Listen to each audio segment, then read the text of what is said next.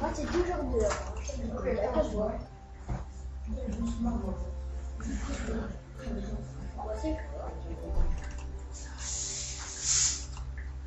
Un, deux.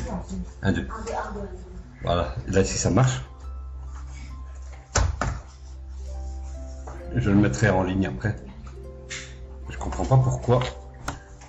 Je couperai là après. Toute arme forgée contre toi sera sans effet. C'est le message que le Seigneur m'a donné à cœur de vous partager. Donc ce jour. Et nous allons lire le verset en question. Mais avant nous devons nous imaginer que c'est Dieu qui nous le dit quand vous avez des combats. Toute arme forgée contre toi sera sans effet. Certains hommes de Dieu... Oui, je vais t'attendre, Angela. Ben non, mais attends, viens, allez.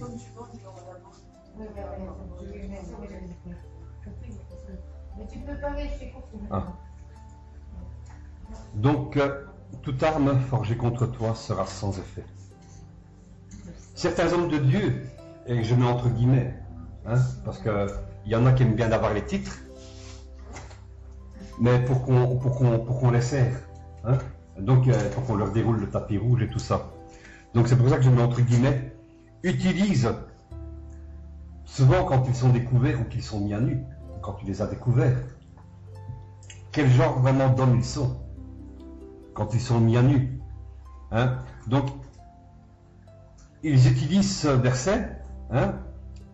Ne touchez pas à mes oins. Donc, si toi tu as remarqué des anomalies chez eux, ils vont te dire, pour te condamner, hein, pour te dire que si tu le juges, tu vas te condamner, tu ne peux pas me toucher. Si tu parles contre moi, il va t'arriver les pires problèmes, il va t'arriver les pires catastrophes. Enfin, c'est un peu ça. Quand ils te disent, ne touchez pas à mes oins.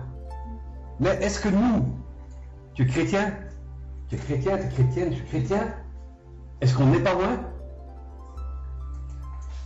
La définition de chrétien, à l'époque des premiers chrétiens, on les appelait les petits Christ.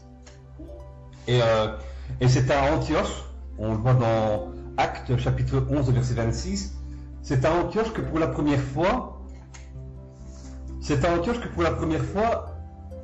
le mot chrétien, donc c'est à Antioche que pour la première fois, non, il n'est pas dedans. C'est la première fois qu'à Antioche, pour la première fois, le mot chrétien a été utilisé. Mais donc, Jésus, c'est le Christ. Mais que veut dire Christ? Oint. Ça veut dire oint. Donc, celui qui a reçu l'onction. Hein? Donc, Christ, ça veut dire l'onction. Et les chrétiens, avant cela, on les appelait les petits Christ. Donc, les petits oints. Donc, eux ne sont pas plus loin que nous. Hein. Nous aussi, nous sommes loin. Si toi, tu me fais du mal, si toi, prophète, tu me fais du mal, si toi, tu médites le mal contre moi, je suis loin aussi. C'est ça? Amen? Donc, ces hommes veulent se cacher derrière un verset pour faire impunément ce qu'ils veulent dans leur action. Et donc, ils se mettent au-dessus de tout pour diriger le peuple, pour eux, pour leur ventre, ou que sais-je. Leurs vrais intérêts ne sont pas les intérêts du royaume de Dieu, mais leurs intérêts à eux. Et l'évangile de Matthieu, le chapitre 24, nous dit que dans ce temps de la fin, on va rencontrer des hommes comme ça, des soi-disant hommes de Dieu, qui vont venir vers nous en vêtements de brebis, mais au-dedans d'eux, ce sont des loups. Chaque homme et chaque femme, Dani, je t'apporte une révélation, hein. Tu es loin, donc on ne peut pas te toucher. Carmela, tu es loin, on ne peut pas te toucher. tes enfants vont se donner à Jésus, ils seront loin. Même de là, tu es loin. On ne peut pas te toucher.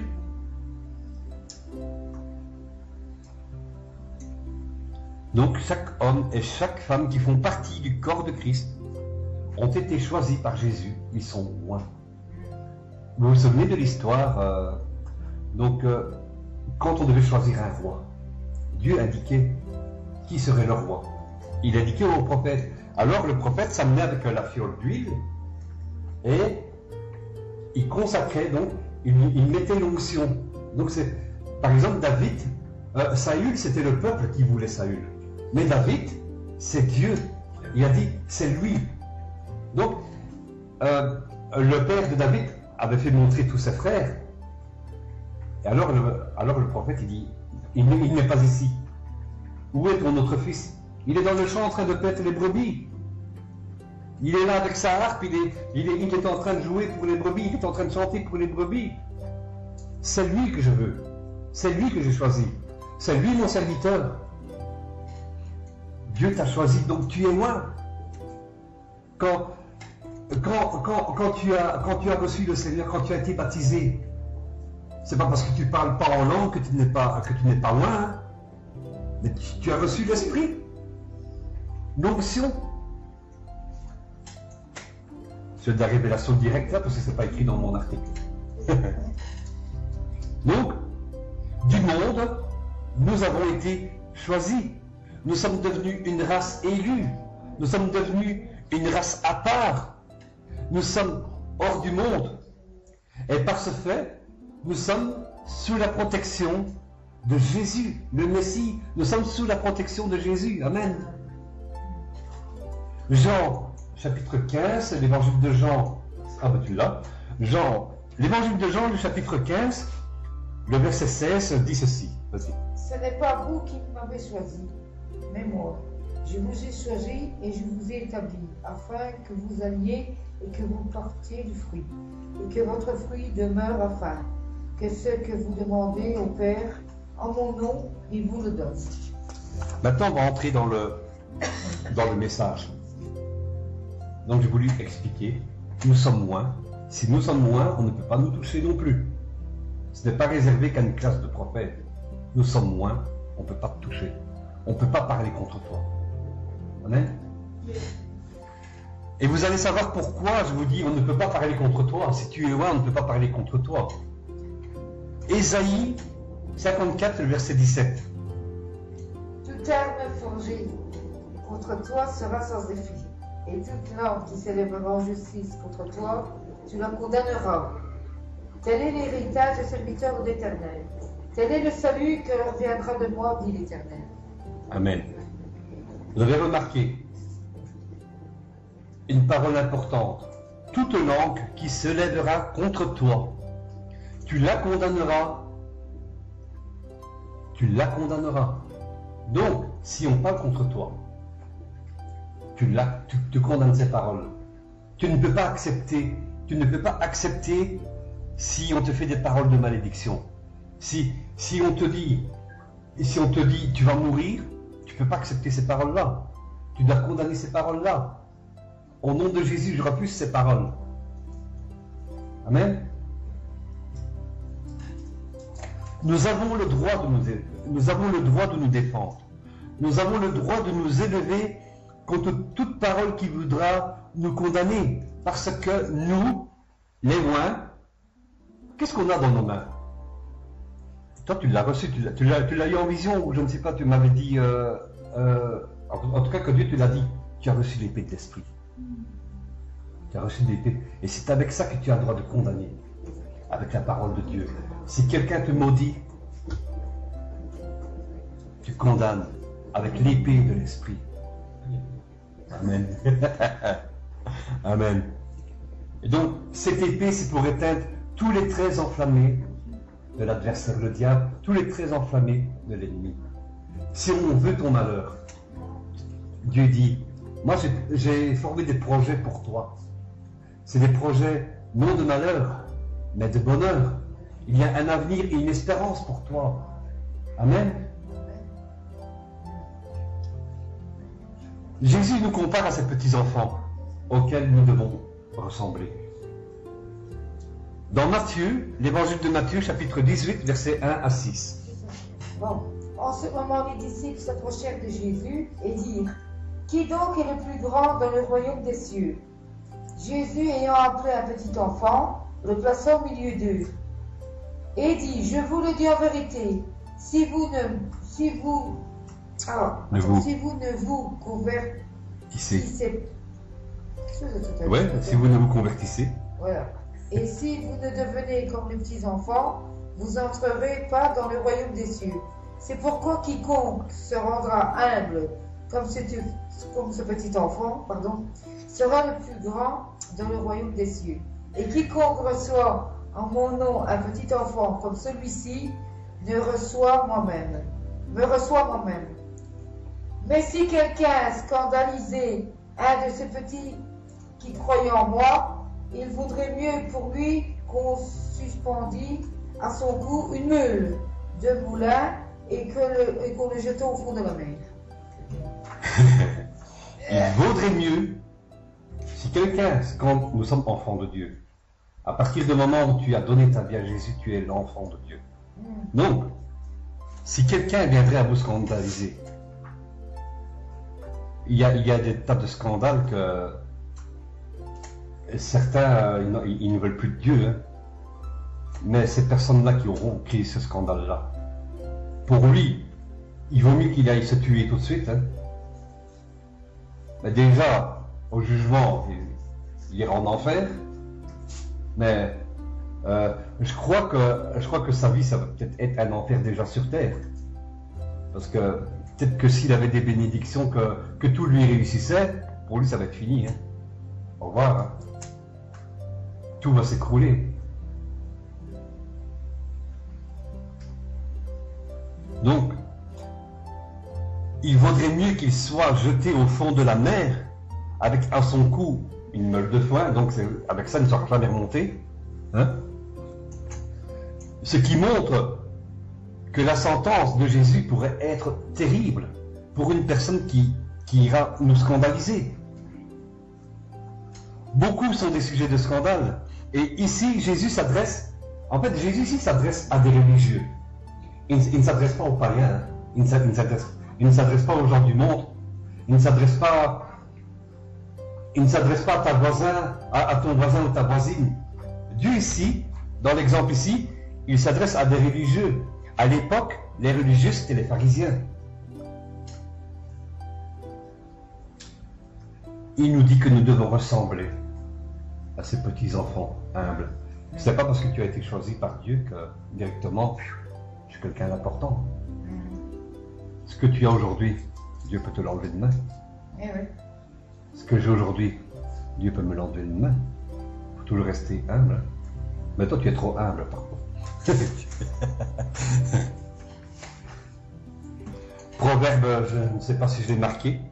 Proverbe chapitre 15, verset 33 dit que la crainte de l'Éternel enseigne la sagesse. Mais l'humilité, pas l'humilité, l'humilité précède la gloire. Le Seigneur fait justice. Et nos actes que nous avons faits, soit en bien ou soit en mal, seront jugés. Il y a encore un autre avertissement de Jésus dans Matthieu, le chapitre 25, le verset 40. Bon.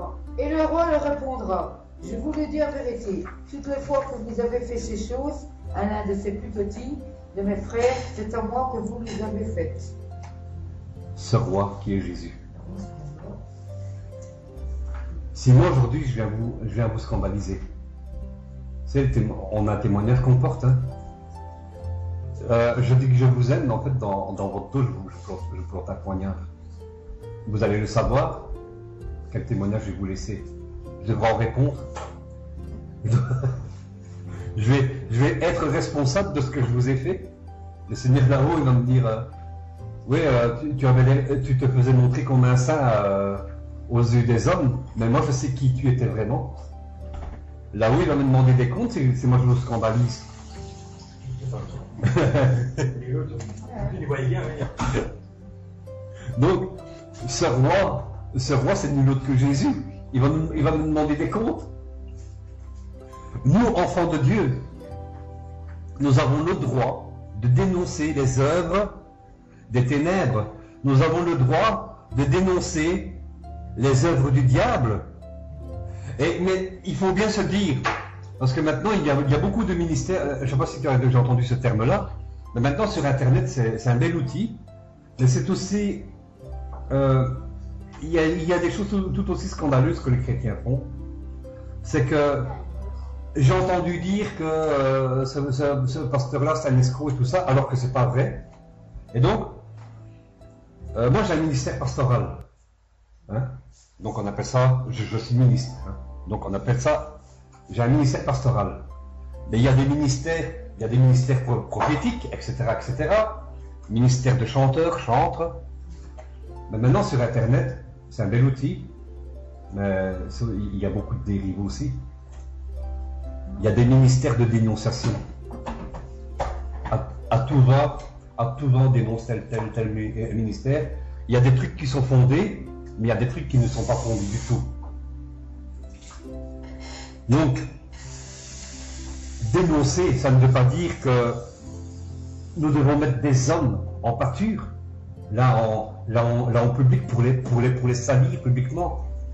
C'est déjà, en principe, si on constate que un frère dévie, en principe, notre rôle, c'est d'aller le trouver et de lui parler. Maintenant, Internet, c'est n'importe quoi. On dénonce sur des choses qu'on a entendues, mais qu'on n'a pas vérifiées.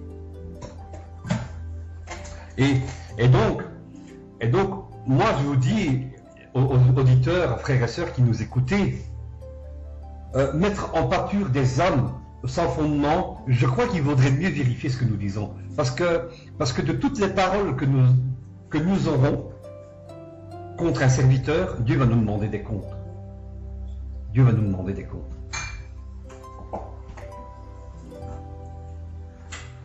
Ces hommes, c'est bizarre ce que je vais dire, il y a peut-être des hommes qui sont peut-être au service du diable, qui sont des loups. Mais si on priait pour eux, si on leur parlait, et s'ils ne veulent pas nous entendre, le Seigneur dit, quand tu sors de cette maison, s'il n'a pas voulu t'écouter, tout ce coup-là, la poussière de tes pieds, et tu t'en vas. Et c'est tout. L'affaire est réglée. Parce que, qu'on les veuille ou pas, ces hommes sont des créatures de Dieu. Ceux qui sont en prison, les pires criminels, sont des créatures de Dieu. Nous, les hommes, on ne pardonne pas facilement. C'est rien, c'est pas grave. Nous, les hommes, on ne pardonne pas facilement ce que Dieu pardonne. On ne pardonne pas facilement ce que Dieu pardonne. Nous devons faire très attention après. Combien ne souhaitent pas votre réussite parce que vous ne marchez pas dans leur vision, ou parce que ils ne souhaitent pas votre réussite parce que vous êtes chrétien? Combien ne souhaitent pas votre réussite? Hein? Je vais vous témoigner d'un fait vécu.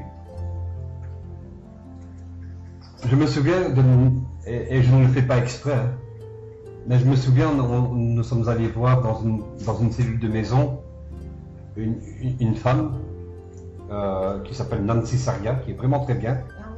Elle, d'accord, elle pourrait aller prêcher dans des foules, mais même si tu l'inviterais dans une maison, elle viendrait. C'est humble. Hein? Et elle a dit un truc de vrai, et ce que je mettais déjà en pratique. Elle me dit, toi, tu vas témoigner. Donc, elle me voyait témoigner même dans des foules. Elle m'a dit que quand tu prêcheras, tu vas prêcher sur du vécu. Et c'est ce que je vais faire ici. Je vais vous témoigner d'un fait vécu. On a vu la main de Dieu dans notre vie, bien souvent.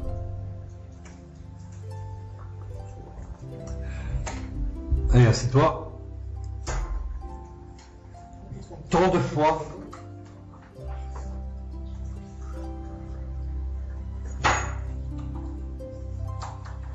Tant de fois nous avons vu la main de Dieu.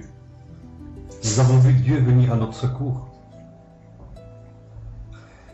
Il y avait par exemple un homme qui était jaloux lorsque nous étions concierges dans un bâtiment, hein, Angela, à Charleroi. Oh, oui. Hein, un homme qui était jaloux. Et alors il nous avait menacé de nous lancer un jour son chien. Il avait un Doberman. Ah ouais, d'accord. Et on n'a pas prié pour que... Ben, on priait pour nous, hein, Ouais. on rendait grâce à Dieu, d'accord. Mais on n'a pas prié pour que ça arrive.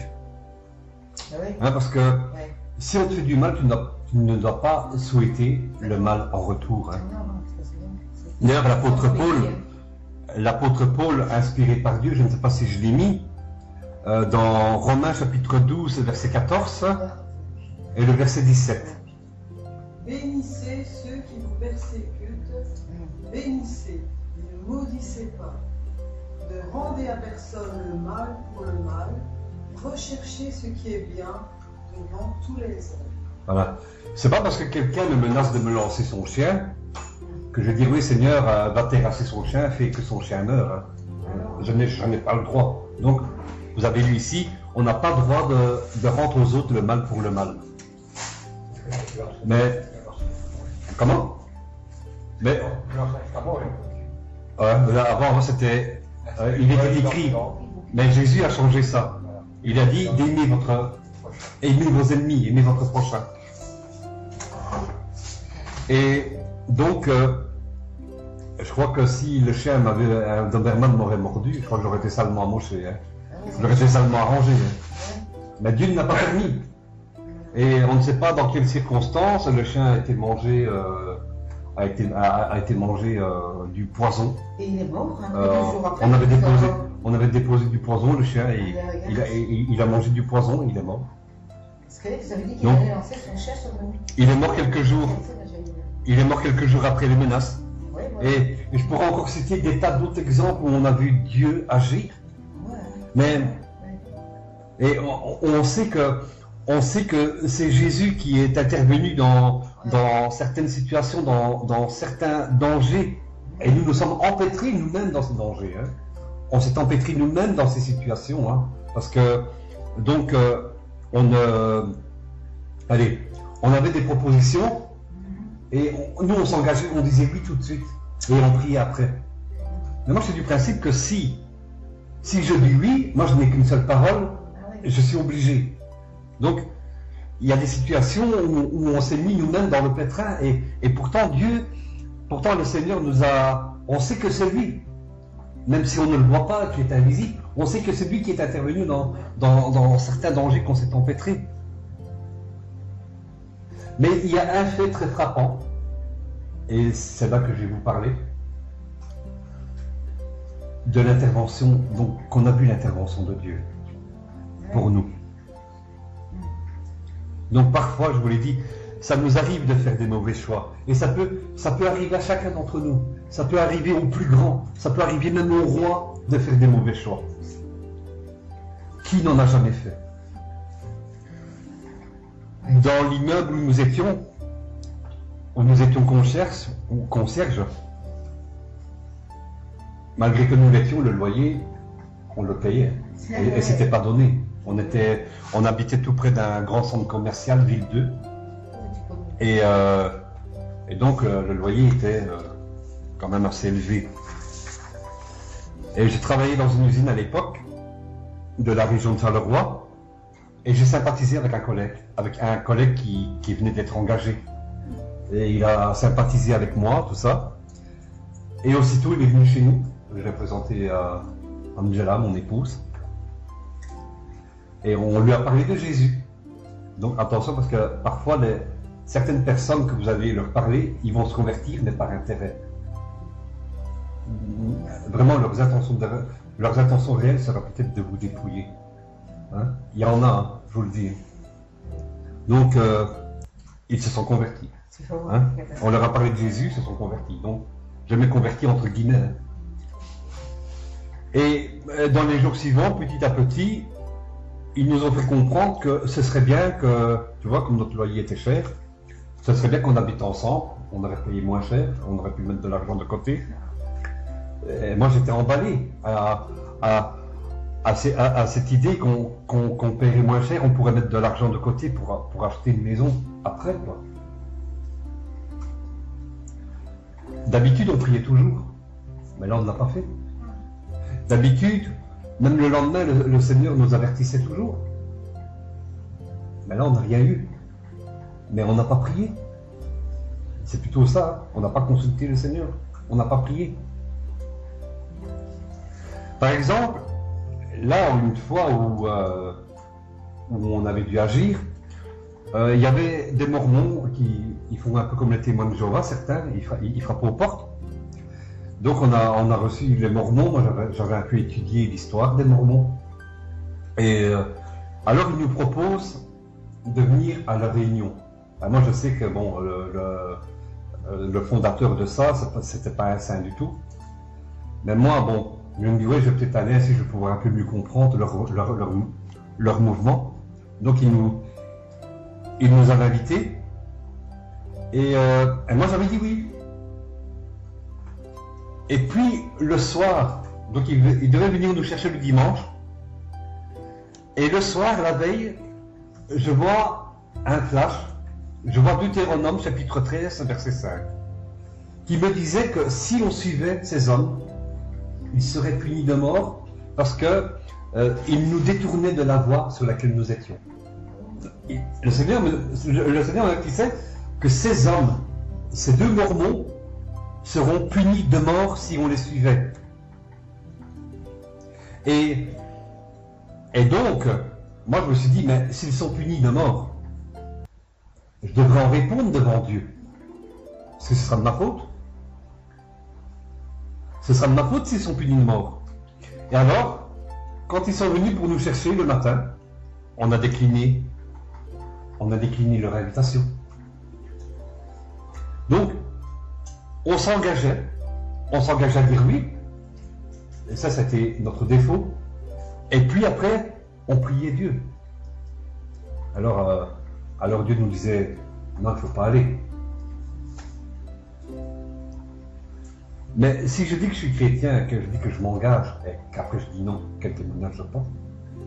Non, ça m'a appris, hein, le conseil que je vous dis quand on vous demande de vous engager dans quelque chose, il vaut mieux peut-être faire une pause, dire attends, j'allais avant, c'est ce que faisaient les prophètes, hein, ou les serviteurs, les rois, tout ça.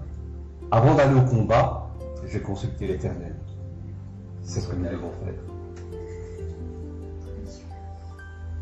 Donc ça a été beaucoup un défaut pendant des années, ça m'a bien joué des tours. Hein. Donc,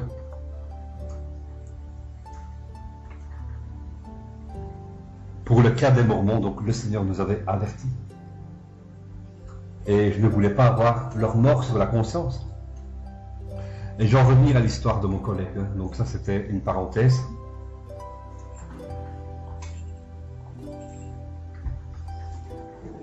J'ai accepté sa proposition. J'ai accepté sa proposition parce que moi, j'ai vu l'appât du gain. J'ai vu ce que moi, j'allais gagner. Mais j'ai pas vu ce qui pourrait m'arriver. Et on a donc emménagé chez eux.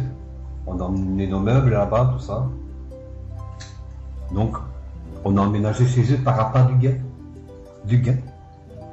Je croyais que tout allait bien se passer. Enfin, je vais être un peu plus à l'aise financièrement.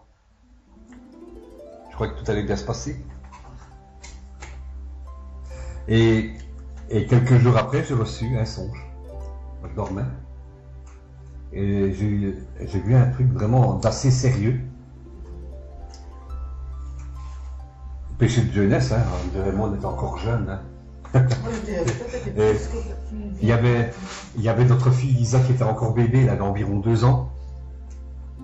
Donc dans la nuit, je fais ce rêve très marquant. Et je ne lui ai pas dit pendant plusieurs jours, mais moi ça m'avait tellement marqué que c'était comme si je l'avais vécu réellement. Quoi. Il y a un huissier qui vient frapper à la porte. Dans le rêve, ça s'est pas passé. Il y a un huissier qui vient frapper à la porte et il me demande s'il peut entrer. Mais dans la maison, il y avait que nous. Hein. Hein. Il n'y avait que nous dans la maison. Mon collègue n'était pas dans la maison.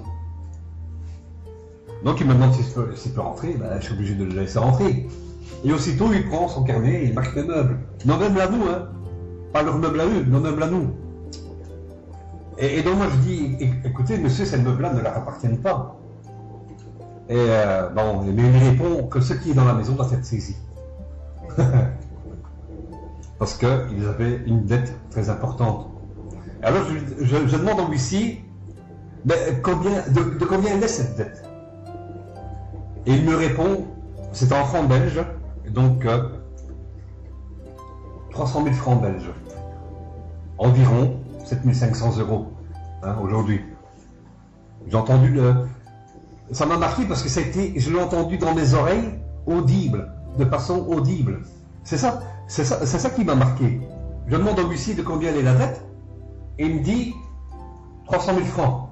300 000 francs belges pour les Français. C'est pas encore français. 300 000 francs belges.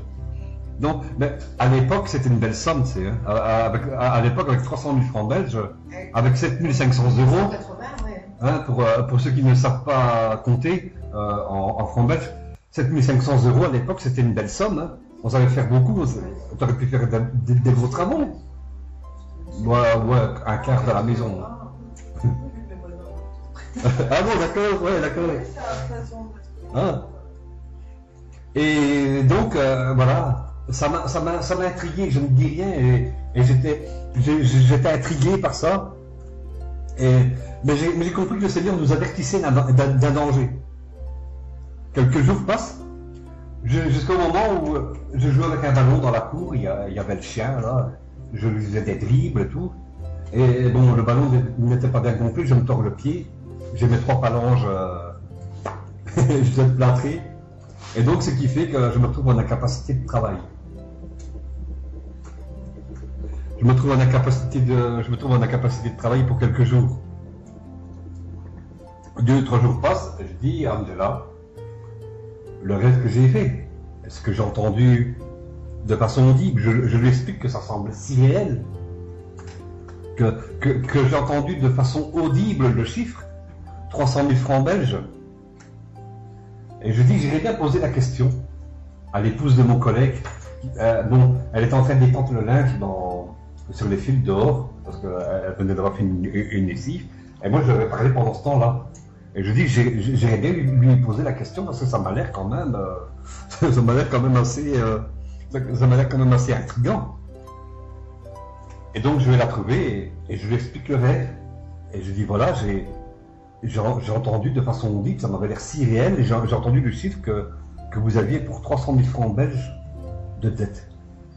Elle me dit oui, c'est exact.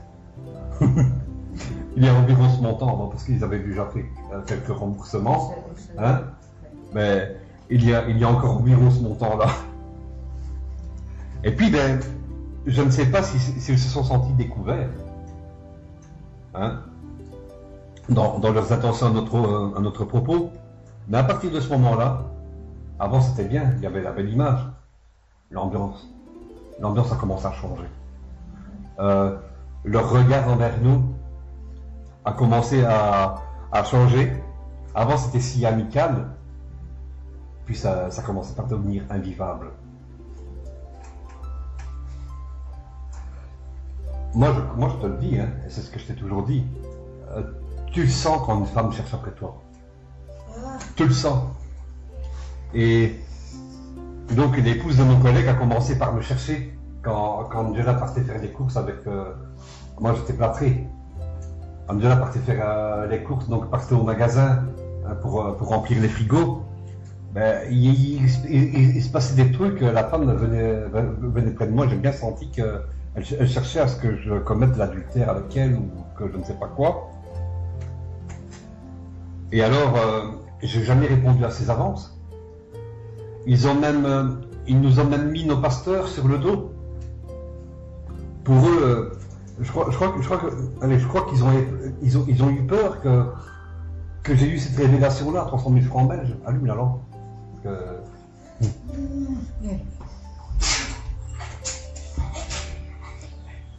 Et donc, je suis guéri. j'enlève mon plâtre, je repars au travail et je fais la nuit avec mon collègue. Et donc, il s'est passé une chose, et ça c'est Angela qui m'a expliqué. Il y avait notre fille qui dormait dans un lit-cage. Et Elisa, elle avait 2 ans.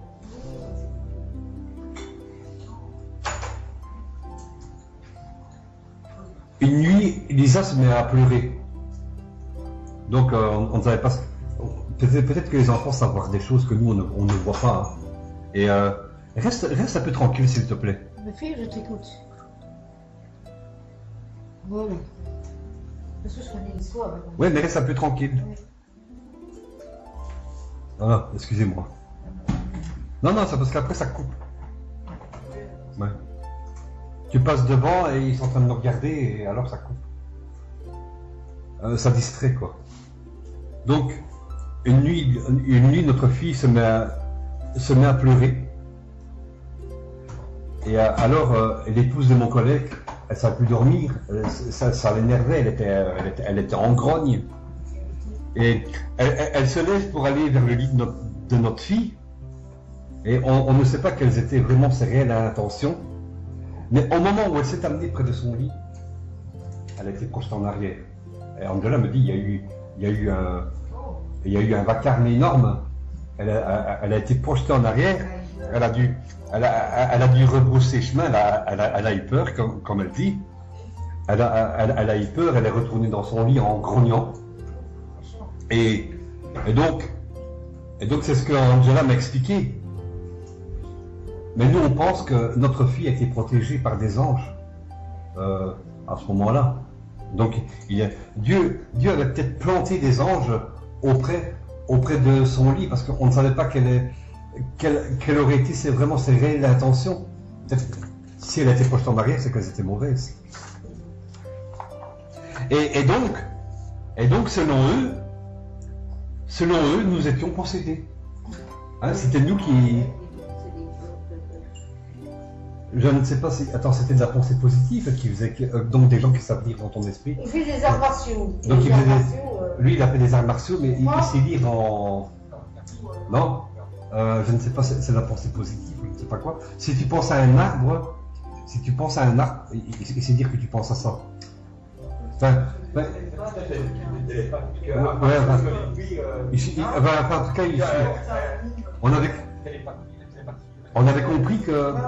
on avait compris qu'il chipotait dans des trucs, il avait chipoté dans des trucs. Et donc, des pratiques que lui faisait, il voulait nous le mettre sur le dos, donc c'est nous qui étions possédés. Et c'est ce que ce couple-là disait à nos pasteurs, parce que la femme avait été projetée en arrière. Hein. Et donc, ils ont tellement eu peur qu'ils ont quitté leur maison. Ils nous ont laissés dans leur maison. Ils nous ont laissés dans leur maison. Eux ils ont quitté leur maison et ils sont allés habiter chez des, je vais mettre entre guillemets, chrétiens un peu plus loin pour aller vivre chez eux. Et ils ont dormi dans une caravane. Ils ne voulaient plus habiter chez eux. Ils avaient peur de nous. Et donc on s'est retrouvés seuls dans la maison. Mais pourtant le Seigneur nous disait qu'on devait fuir cette maison. Mais moi je m'obstinais. Mais je dis oui, mais Seigneur, moi j'ai pas envie, parce que moi j'ai pas envie d'aller louer. Moi je veux acheter une maison, j'ai pas envie d'aller louer ailleurs. Moi je veux acheter une maison.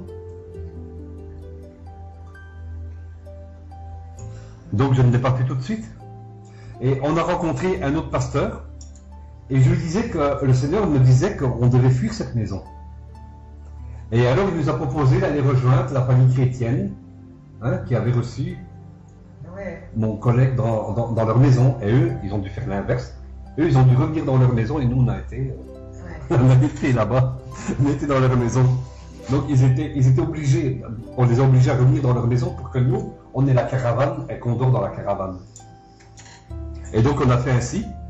Mais quelques jours plus tard, tu vois, moi j'ai toujours du point de vue qu'il faut toujours mettre les choses à plat et régler les trucs, hein, ne pas rester tout le temps en conflit. je suis un peu de ce principe-là. Ben oui. Il ne faut pas rester tout le temps en colère. Si on peut mettre les choses à plat, on le fait. Et donc, avec le pasteur, on est allé de nouveau dans leur maison pour un peu s'expliquer. Et nous, on n'avait pas repris toutes nos affaires. Quand on est rentré dans la maison, on s'assied dans le salon et on a remarqué sur une petite table de salon, il y avait des bougies, des aiguilles et la photo de notre fille.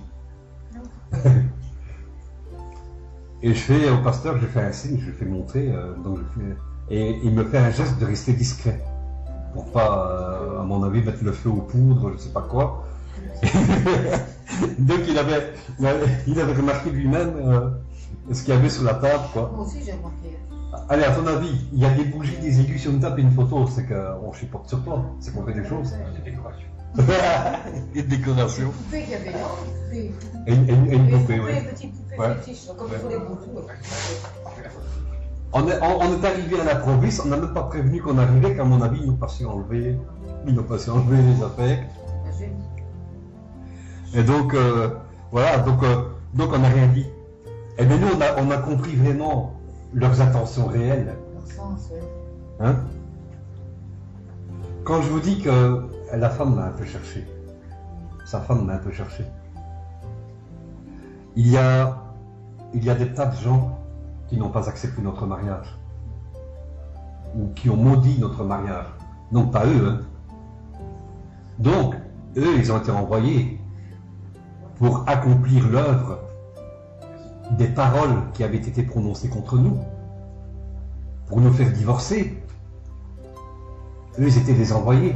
Donc, c'est ça que je dis, je peux même pas encore leur en vouloir, parce que moi, je sais qui se cache derrière ça.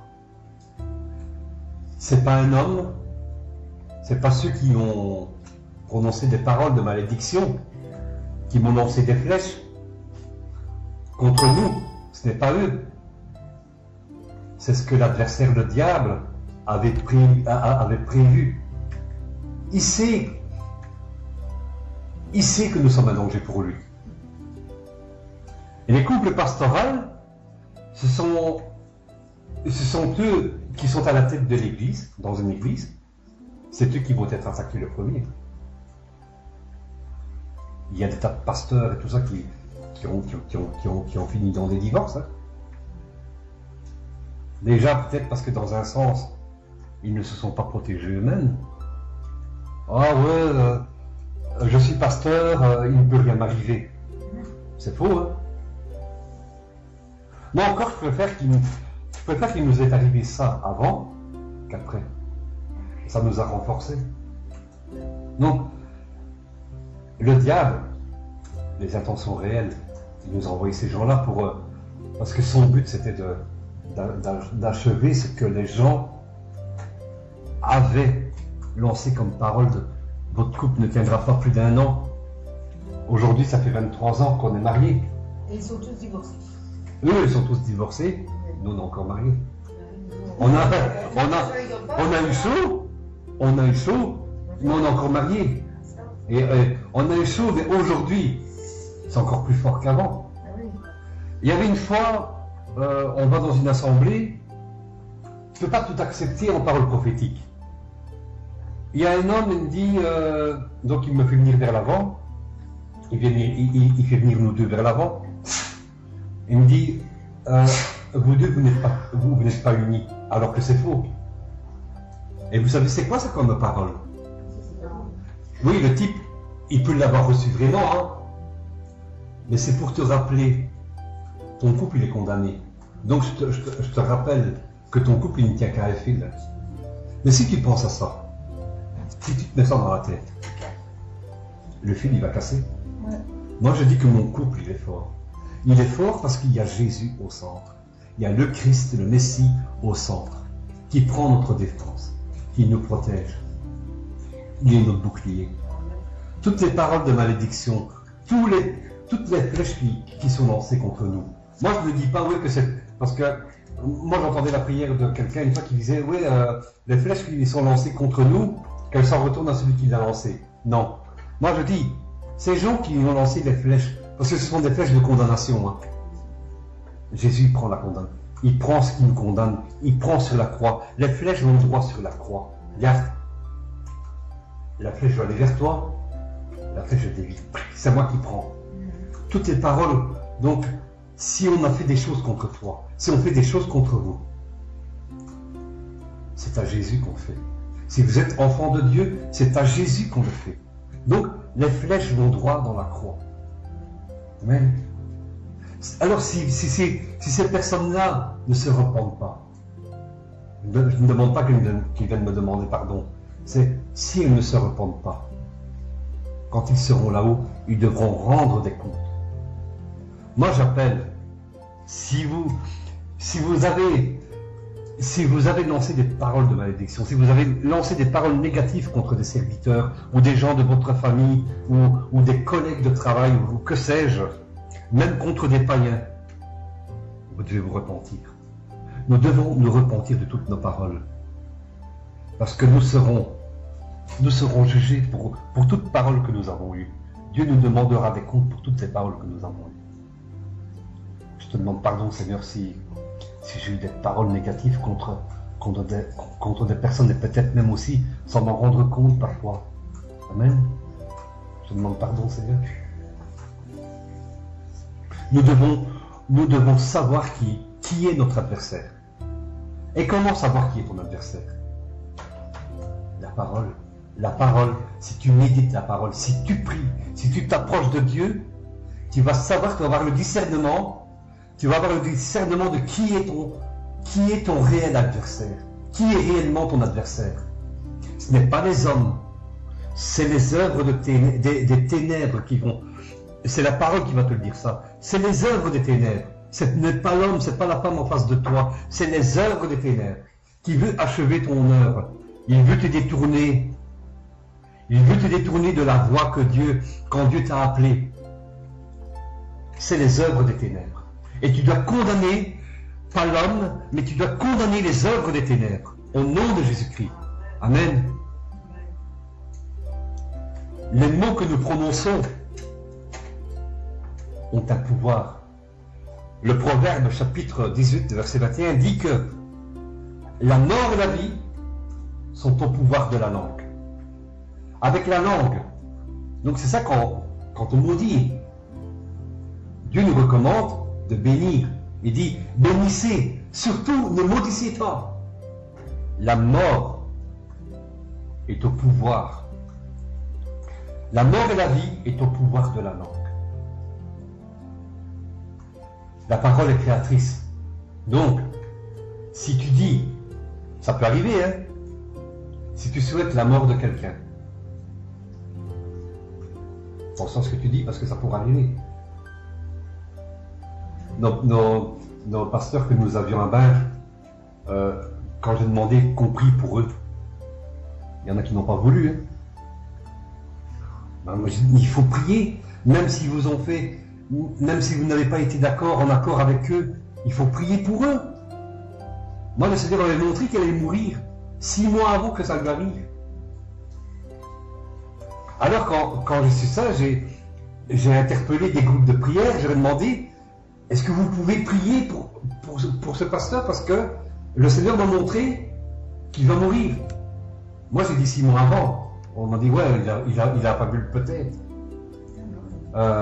Il est en train de rêver. On m'a dit, on ne veut pas prier pour lui parce qu'il récolte ce qu'il a semé. Tu peux penser comme ça? On peut penser comme ça? Non. Tant que le monde n'a pas vu la fin, tout homme peut se repentir. Tout homme peut se repentir du mal qu'il a fait. Tant que le monde n'a pas vu la fin. Même au dernier jour.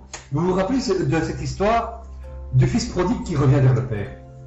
Il y a ceux qui ont travaillé dans la vigne. Et il y a ce type-là qui s'amène, il est le dernier. Alors tu en as ceux qui ont travaillé pendant des années et des années. Il dit, oui, mais lui, il est le dernier arrivé, et tu lui dresses une table, tu lui dresses la plus belle table pour lui. Et nous, qu'est-ce qu'on a fait pendant toutes ces années pour toi, Seigneur? Les premiers seront les derniers, et les derniers seront les premiers. Donc, même au dernier jour, ou à la dernière heure, je me repens, je serai pardonné. Hein? Par contre, ce qui nous condamne, là où il n'y a pas de pardon possible, c'est le blasphème contre le Saint-Esprit. C'est là où il n'y a pas de pardon. C'est là où on ne sait plus rien faire. C'est le blasphème contre le Saint-Esprit. Mais autre chose, tant que le monde, tant que la dernière heure n'est pas encore arrivée, si tu te repens, tu seras pardonné. Amen.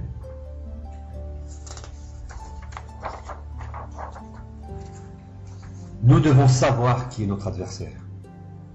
Éphésiens chapitre 6, verset 12 nous le dit. Car nous n'avons pas à lutter contre la chair et le sang, mais contre les dominations, contre les autorités, contre les princes de ce monde de ténèbres, contre les esprits méchants dans les lieux célestes. Voilà, ce ne sont pas des hommes. Ce ne sont pas des hommes de chair et de sang. Mais c'est à des choses spirituelles. Seules les âmes de Dieu peuvent remédier quand on t'attaque. Si on a proféré, si on a dit sur toi de la malédiction, toi tu dis, je n'y crois pas. Dieu a dit pour moi qu'il a formé des projets, non de malheur, mais des projets de bonheur. Ah, je ne crois pas ce que tu me dis. Donc c'est ça, remédier avec la parole de Dieu, avec l'épée de l'esprit. C'est les seules armes efficaces, la parole de Dieu. Et nous devons veiller. Nous devons, donc, c'est comme je vous l'ai dit, pour moi c'est une expérience que je vous partage. Hein. Donc, nous devons veiller à toutes choses. Il y a des gens qui viennent vers vous avec des beaux habits, mais leurs intentions. C'est pour ça que nous devons veiller. Discerner, prier. Que tu sois chez toi, que tu sois dans la rue, que tu sois à ton travail. Tu le sais, tu restes tout le temps, même là, tu restes tout le temps connecté avec Jésus. Quand tu es en train de marcher sur un échafaudage, sur une planche, hop, ton pied glisse un peu. Merci Seigneur, en toi. Merci Seigneur. Et puis tu te dis en toi, garde-moi Seigneur pour que le prochain pas, que mon pied ne glisse pas plus bas, que je ne tombe pas plus bas. Hein? Donc, tout le temps veiller, tout le temps rester en connexion avec Dieu. Amen, un ami. Donc, le couple de mon collègue, j'en reviens à l'histoire, a volé en éclats. Les incantations qu'ils ont fait contre nous, ça s'est retourné contre eux. Ils voulaient qu'on divorce. Ils ont fait des incantations pour qu'on divorce. Ils ont divorcé. Sa femme, elle était française d'origine. Elle est repartie en France. Le couple a volé en éclats. Mais nous, on n'a pas souhaité ça. C'est pas parce que quelqu'un souhaite que tu divorces que toi, tu vas souhaiter le divorce. Pourquoi? Et on aura bientôt fini. Hein. C'est vraiment exaltant. Je sens vraiment la présence de Dieu là ici. Et d'ailleurs, franchement, c'est un miracle qu'ils sont calmes. Je dis, pourquoi le Seigneur s'acharne-t-il ainsi sur nous? On se dit souvent, je ne sais pas si tu te l'as déjà dit, mais je crois bien, je ne le mérite pas. Pourquoi Seigneur tu t'acharnes autant sur moi? Je ne le mérite pas. Je ne mérite pas Seigneur une telle attention de ta part. Je suis pécheur. Je ne te prie pas tout le temps, mais toi tu as tout le temps une attention là pour moi. Tu es toujours dans ma maison. Qu'est-ce que j'ai fait pour mériter cela, Seigneur? Qu'est-ce que j'ai fait pour te mériter? Quand le Seigneur porte une telle attention sur nous, alors vous savez pour quelle raison Dieu s'intéresse encore à nous, malgré nos écarts, malgré que des fois tu as envie de tout plaquer. Pourquoi Dieu s'intéresse toujours à nous?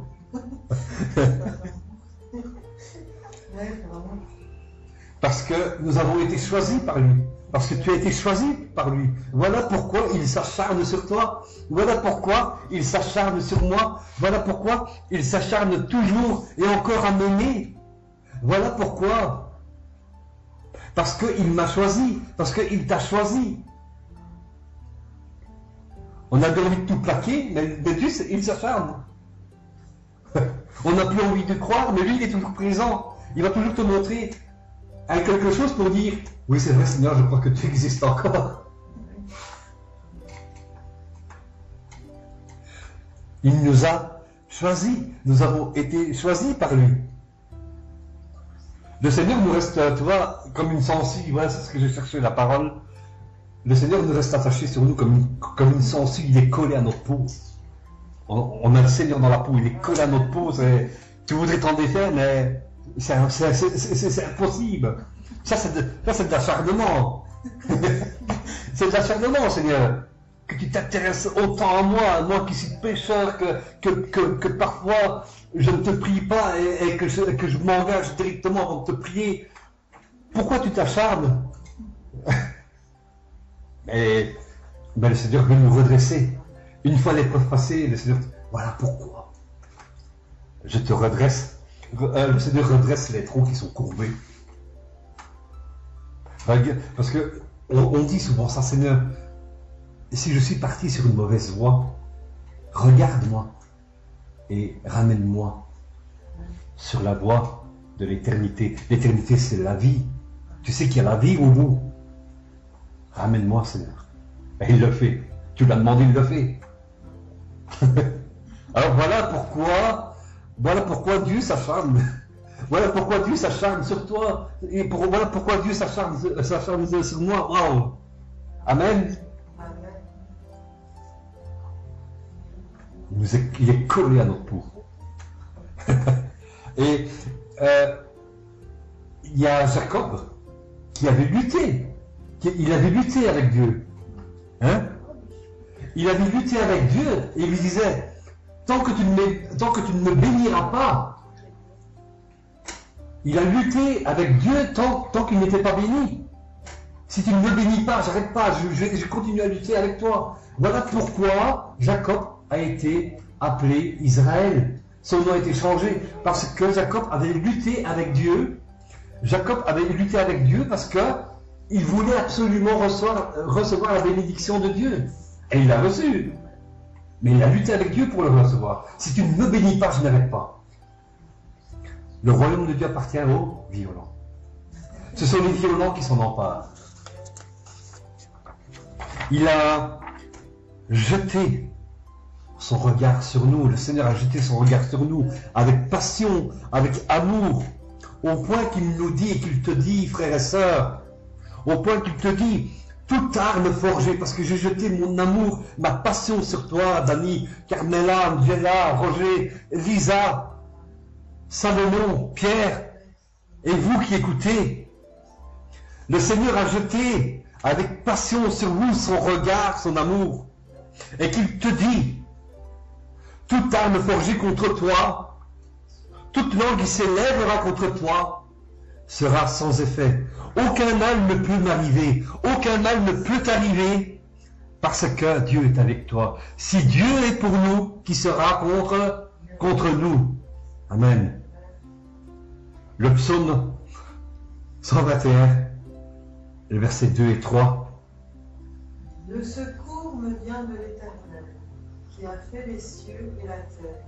Il ne permettra point que ton pied chancelle, celui qui te garde ne sommeillera point. Et encore le psaume 118, verset 6. L'Éternel est pour moi, je ne crains rien. Que peuvent me faire des hommes? Si Dieu est pour nous, que peuvent me faire des hommes? Tant de fois, nous voyons le Seigneur agir et intervenir pour nous. Les projets des hommes, mais surtout du diable, parce que eux, ils pensent que c'est eux qui le font, hein. Mais ce n'est pas eux. On sait que c'est les œuvres des ténèbres. C'est de vous faire faiblir, c'est de vous faire chuter, c'est de vous voir mourir. Mais les projets que Dieu a pour nous, comme le dit Jérémie, chapitre 29, verset 11,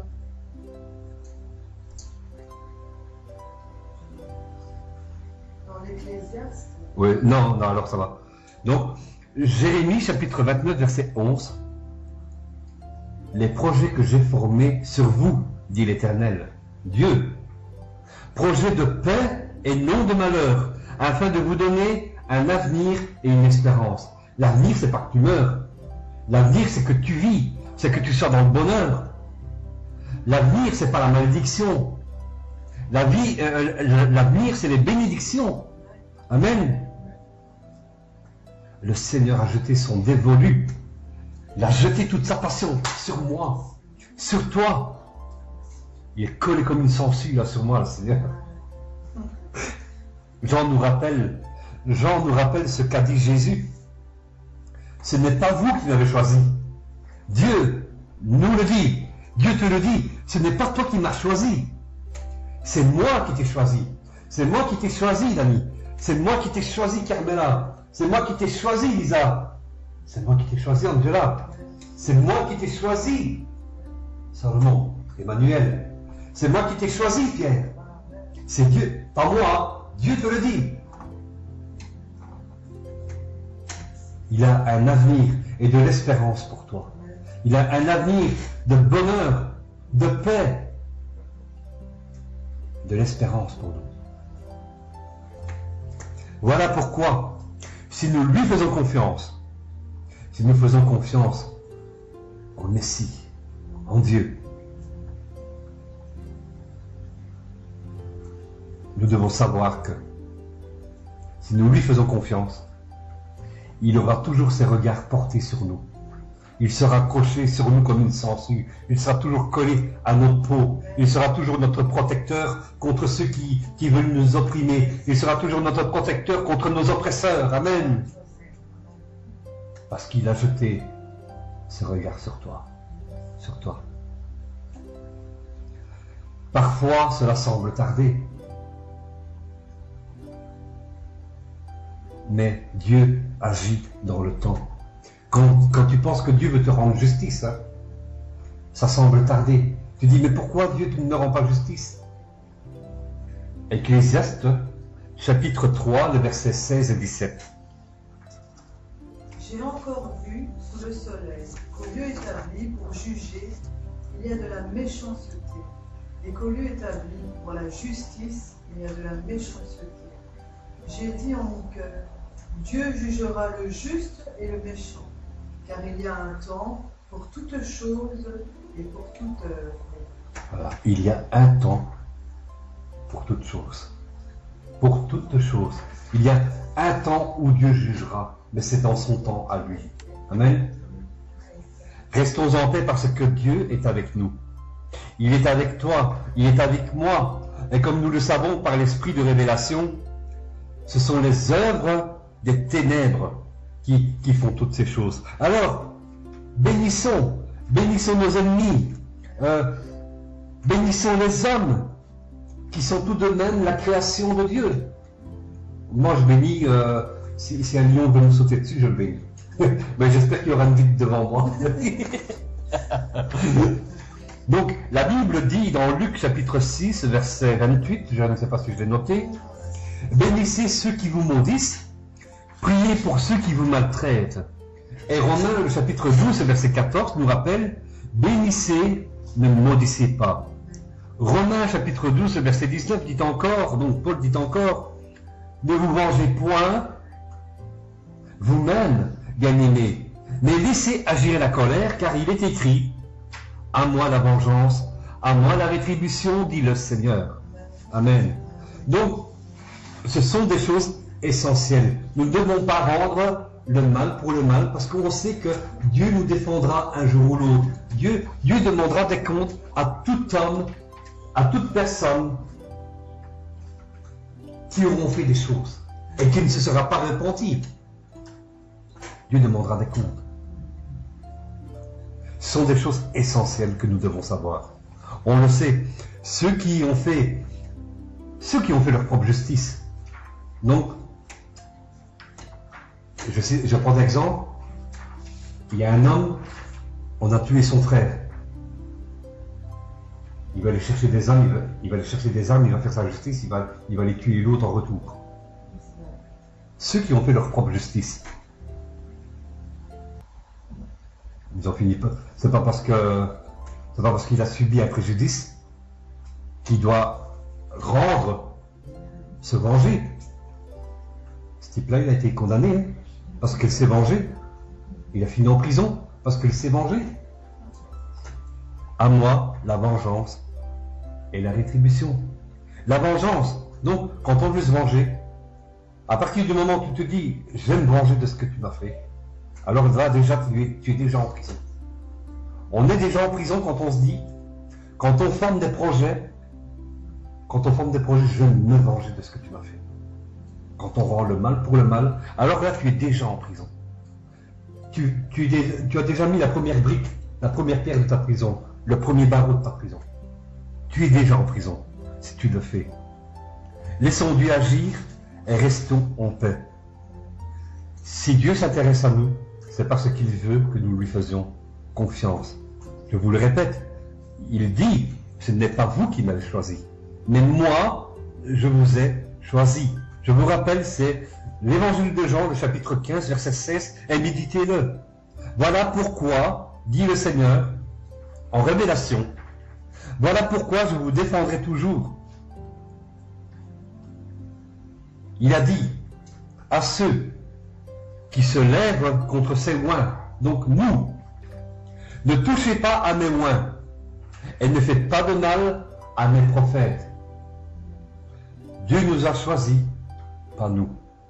Il est notre protecteur, il marche devant nous. Amen. Que Dieu vous bénisse. Soyez gardés dans sa paix et son amour immense. Gardez ce message. Méditez-le encore cette semaine. Que le Seigneur, par son esprit, nous apporte encore son complément d'information et de révélation au travers de ce message. Amen. Soyez bénis.